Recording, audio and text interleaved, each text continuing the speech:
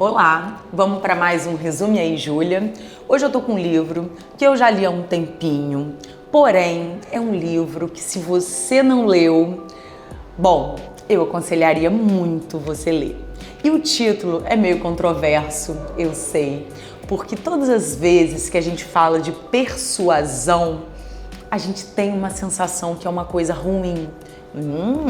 As armas da persuasão, eu não quero ser essa pessoa, porque a gente tende a entender que alguém que vai persuadir o outro tá fazendo uma coisa assim ruim com o outro, levando o outro para um lugar que ele não quer ir. Mas você já parou para pensar que quando você não influencia, você está sendo influenciado? E sempre vai ser assim. Então, sempre quando a gente não está influenciando alguém, alguém está influenciando a gente. E aí, o que ele ensina? Como influenciar e não se deixar influenciar. E aí, de maneira muito prática, muito leve, muito didática, ele vai dividindo o livro em 7 etapas que ele acha que são armas da persuasão. E eu vou passar rapidamente falando de cada arma e aí você vai começando a pensar se de repente a gente acaba não tendo uma tendência a cair nessas armadilhas quando o outro sabe como persuadir a gente. E quando a gente tem conhecimento, a gente entende se eu estou decidindo realmente ou se aquela outra pessoa está me influenciando usando alguns gatilhos que a nossa mente já tem. Vamos começar para a primeira? Não esquece. Curte esse vídeo, compartilha, manda para todo mundo que precisa aprender a influenciar mais um pouquinho e se deixar menos ser influenciado. 1. Reciprocidade. Então isso é uma coisa que é muito comum e muitas pessoas acabam utilizando isso. Como assim, Júlia? Explica melhor. Olha, o nosso cérebro, ele tende a fazer a gente dizer sim quando alguém já fez alguma coisa por nós. Até veio esse exemplo que tá aqui no livro, mas parece até ser alguma coisa assim. Todas as vezes que tem um grupo de pessoas que quando eles vão pedir alguma coisa, pedir uma ajuda, pedir um dinheiro, primeiro eles vão dando uma flor. E aí depois eles pedem. Nosso cérebro, a gente acha que sempre a gente tende a ser recíproco. Então, quando alguém faz alguma coisa por nós, a gente se acha na obrigação de dizer sim. E algumas pessoas acabam usando isso de forma proposital. Tem gente que faz porque quer fazer mesmo. E outras pessoas já usam isso, como já sabem o que esperam de você. Então ela se antecipa fazendo alguma coisa por você para depois ela solicitar o que ela quer. Por quê? Ela já está usando essa primeira arma da persuasão, que é a reciprocidade. A gente tende a dizer sim quando alguém já fez alguma coisa por nós. Segunda, compromisso e coerência. Todas as vezes que a gente se compromete com uma coisa e que é coerente pra gente aquilo ali, a gente tende a dizer sim.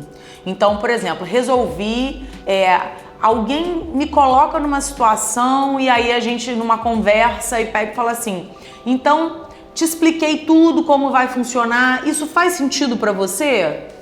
Faz sentido pra mim. Então vamos combinar? Vamos combinar. E aí aquela pessoa já te envolveu numa situação que você nem pensou muito bem ainda se você quer ou não, porque ele usou essa arma da coerência. Conta uma história que aquilo é coerente. Então quando é coerente, depois ele consegue um comprometimento seu. E aí quando você se compromete, acabou. Você tende realmente a executar. E nem sempre você quer, né? Então às vezes você é envolvido por essa arma. 3. Aprovação social. Então isso é muito comum, que é isso da gente ir em bandos. Nós somos pessoas sociais, mesmo você que se acha muito antissocial aí, você é um ser social. Então, dificilmente a gente quer ser muito estranho ao grupo.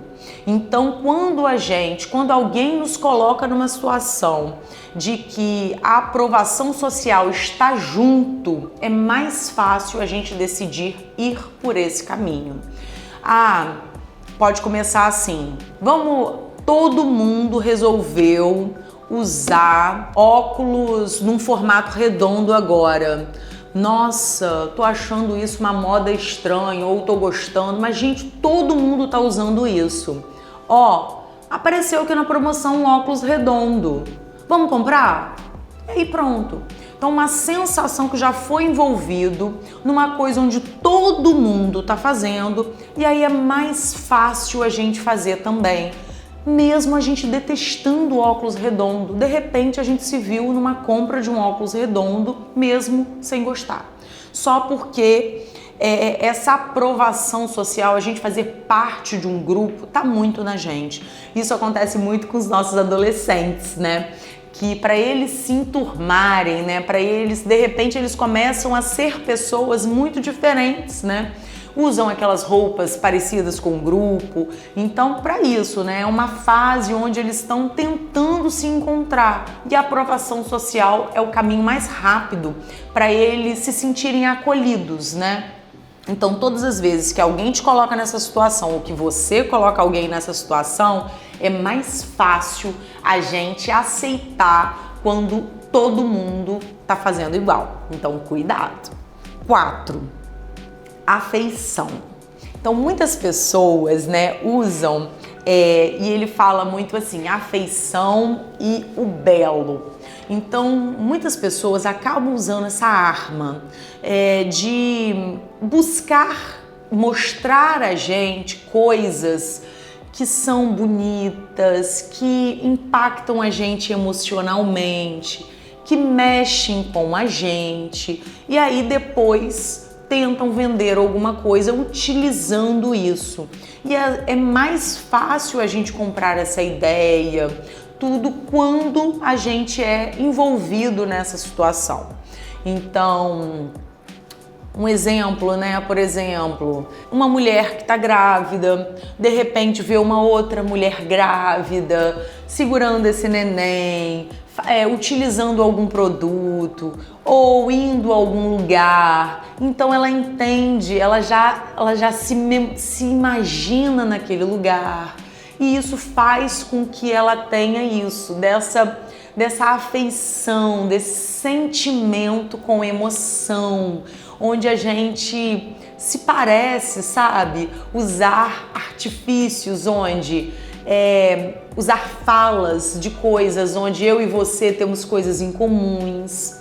Ele mostra no livro também alguns exemplos, né, de que, um carro, por exemplo, várias vezes a gente pega e fala assim, aquele carro bonito tá lá na exposição para vender.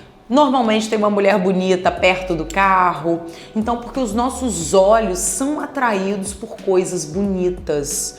Então, mesmo que não haja, né, um desejo ou não, mas é porque o nosso cérebro gosta do belo. Então todas as vezes que a gente se depara com uma coisa bonita, que tem alguma afeição, que seja parecido com a gente tende a se identificar e falar um sim, mesmo que a gente não queira dizer esse sim.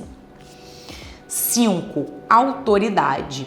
Então, todas as vezes que a gente olha uma pessoa, ele dá um exemplo muito legal no livro, quando, por exemplo, um policial, alguém que mostra algum tipo de autoridade pra gente, a gente olha para aquela pessoa, a gente acha aquela pessoa mais forte do que ela é, a gente acha aquela pessoa mais alta do que ela é.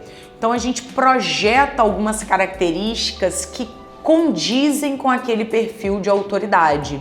Então, se é uma autoridade, a gente já começa empilhando ali algumas características que às vezes não são reais, porque o nosso cérebro transforma aquela situação que a gente viu como autoridade e coloca aquela pessoa ou situação no lugar que às vezes não é real, só porque a gente identificou aquela pessoa como uma autoridade. 6. Escassez. Escassez é uma coisa que eu acho que um monte de gente usa e já acabou banalizando um pouco, porque eu acho que é uma das armas da persuasão muito utilizada, a escassez. E é isso que eu digo, olha como é que é legal. Quando a gente conhece que aquela pessoa está usando aquilo para que a gente feche uma compra ou para que a gente feche um negócio e a gente entende que aquilo não é real, a gente tende a colocar o nosso cérebro no lugar certo e poder decidir por nós, não por alguém influenciando a gente. E eu acho que isso é muito claro, né, quando a gente fala de escassez, porque por muitos anos essa arma da persuasão foi muito utilizada. E hoje a gente acaba não caindo muito, porque a gente já conhece.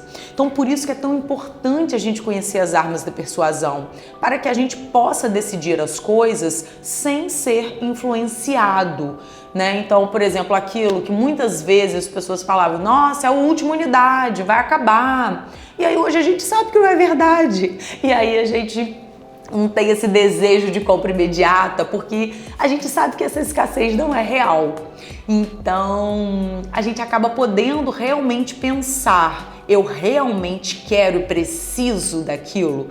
Porque quantas vezes a gente faz uma coisa de forma impulsiva por a gente achar que vai acabar, por a gente achar que é único, por a gente achar que é a nossa única oportunidade, né? E as pessoas usam isso contra a gente, né? Pra gente poder decidir mais rápido.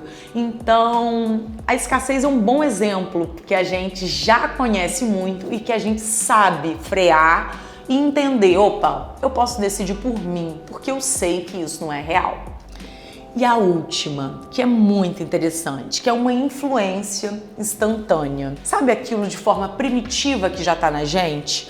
E eu tava pensando aqui num exemplo, uma mulher, mesmo que ela não seja mãe, não sei, é primitivo, a gente tem esse ato de cuidar. Então, muitas vezes a gente acaba sendo influenciada por isso, né? Quando alguém vem pedir algum tipo de dinheiro pra gente, na rua, e se vem uma mulher pedindo dinheiro com uma criança no colo, normalmente ela busca as mulheres, porque ela sabe que isso, de forma primitiva, as mulheres têm mais tendência a ajudar, porque de forma a gente tem isso na gente, com criança, com neném. Então, automaticamente, olha só como a gente acaba sendo influenciada. A gente nem sabe se a gente gostaria mesmo de ajudar, porque hoje em dia são tantas pessoas que pedem ajuda a gente, mas às vezes as pessoas usam determinadas armas contra a gente, pra gente poder acabar decidindo mesmo sem ter certeza se a gente quer ou não. Tá vendo? Como é importante a gente aprender as armas da persuasão para que a gente possa decidir de forma consciente se a gente quer ou não realizar aquilo. E a gente também saber influenciar o outro a de repente dar uma ajudinha para fazer o que a gente quer. Fica a dica aí desse livro.